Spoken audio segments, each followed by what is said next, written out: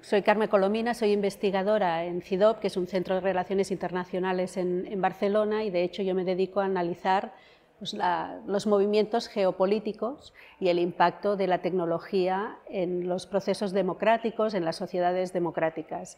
Y un poco mi ponencia intentaba reflejar precisamente todas estas transformaciones en curso que hay en los últimos años a partir de las nuevas potencias geopolíticas, cómo ha ido cambiando el poder de Estados Unidos a nivel global. Hay un declive claro desde hace años del poder de Estados Unidos, cómo han emergido no solo China, sino otras nuevas potencias geopolíticas del sur global, el papel de India, cómo la Unión Europea se siente desubicada en todos estos cambios, y a partir de esa ruptura de sus relaciones tradicionales con Estados Unidos, pues todo eso está cambiando no solo la geopolítica, las relaciones internacionales, también la geoeconomía, ¿no? Con estas nuevas potencias, pues las relaciones comerciales, los flujos comerciales también están derivándose, están corriendo hacia el sur global, como las cadenas de valor, después de la vulnerabilidad que supuso la pandemia, se han acortado, y cómo hay una necesidad de establecer alianzas nuevas.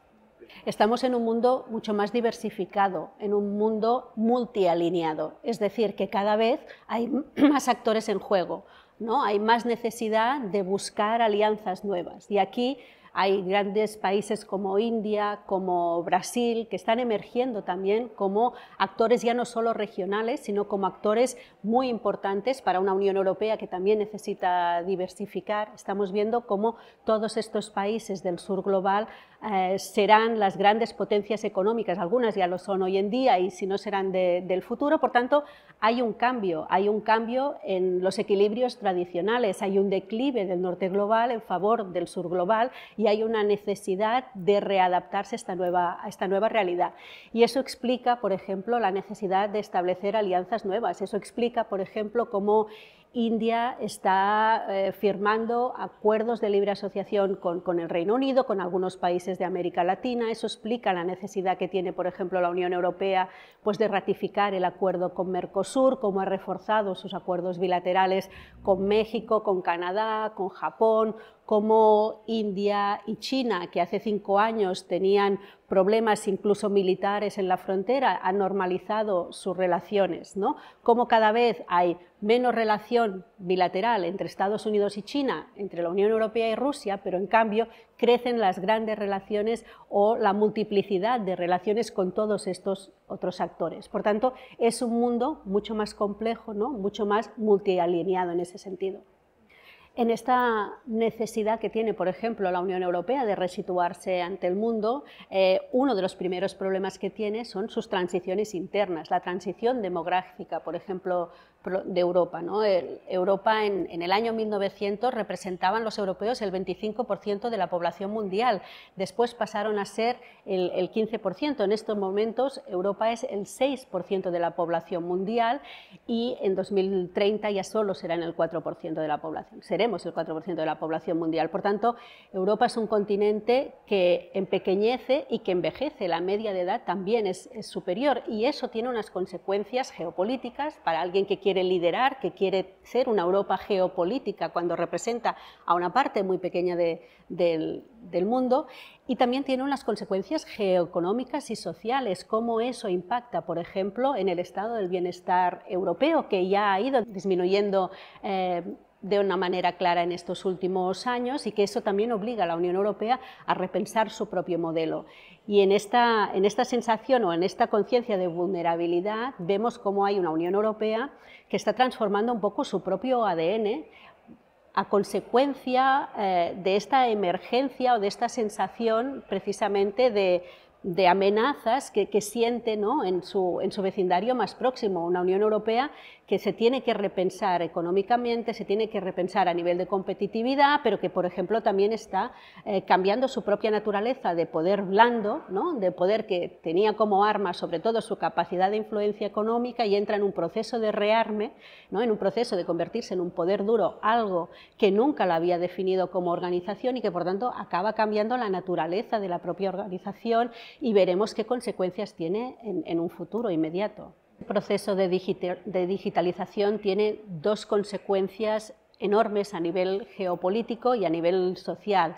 El primero es que en todo este proceso las grandes plataformas tecnológicas se han convertido en un actor internacional que es juez y parte de muchos de los conflictos, ¿no? Como hemos visto, por ejemplo, en el papel tan relevante que tienen en la guerra de Ucrania. También son juez y parte porque tienen un poder sobre la población a partir del uso de los datos, del conocimiento, de los gustos, de las tendencias, de las necesidades, de lo que consumen los ciudadanos, ¿no? A partir de ese análisis de datos, pues que es infinitamente superior al conocimiento que tienen los gobiernos. Por tanto, hay una asimetría de poder muy clara en favor de estas grandes plataformas tecnológicas.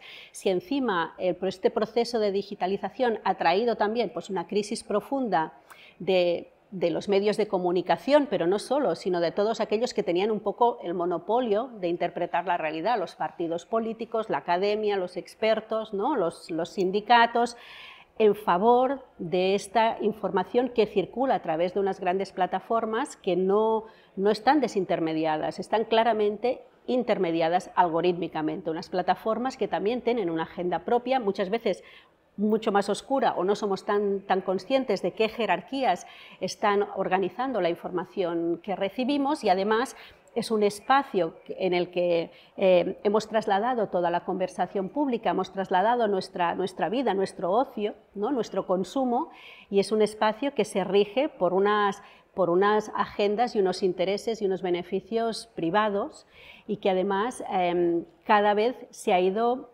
llenando, por decirlo, de una toxicidad mayor. Es decir, cada vez somos quizás menos conscientes de la falta de control, la falta de capacidad que tenemos a la hora de discernir qué es verdad y qué no es verdad, ¿no? en toda esta esfera pública digital, donde acabamos conformando nuestras opiniones. Totalmente. Porque una de las consecuencias que estamos viendo en estos últimos años precisamente es no solo el aumento de la conflictividad. En un año han crecido más de un 20% los conflictos alrededor del mundo, sino también un aumento de la impunidad.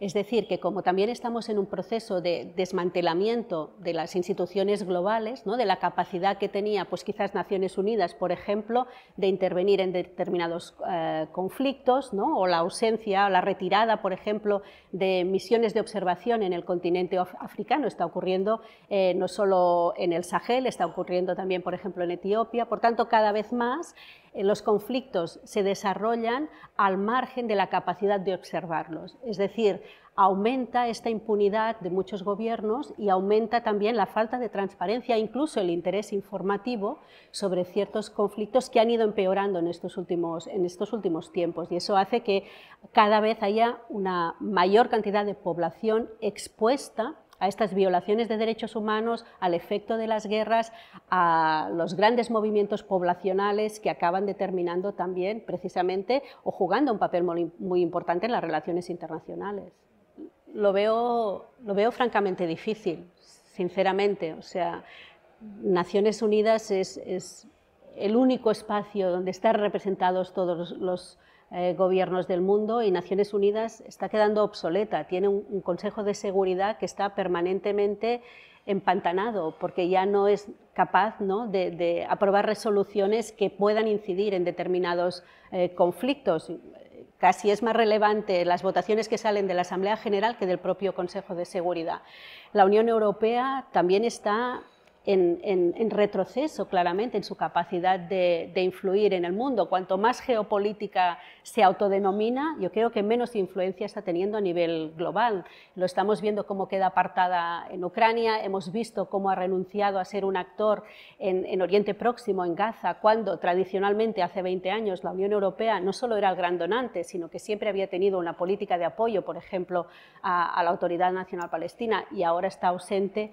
Y lo mismo está pasando, por ejemplo, en las misiones que tenía también de representación o misiones de paz en distintos países africanos. Todo eso está en declive, está en retirada. Por tanto, lo que hay en estos momentos, por eso te decía, es una crisis profunda, no solo de la gobernanza, sino incluso de los marcos de seguridad colectiva, ¿no? Han entrado un poco en barrena y no tenemos alternativas, no tenemos en estos momentos, en esta deconstrucción del sistema internacional, todavía no tenemos, ¿no?, instituciones, capacidades de actuación con autoridad reconocida para ser al menos parte o intentar mediar en determinados conflictos. No lo tenemos.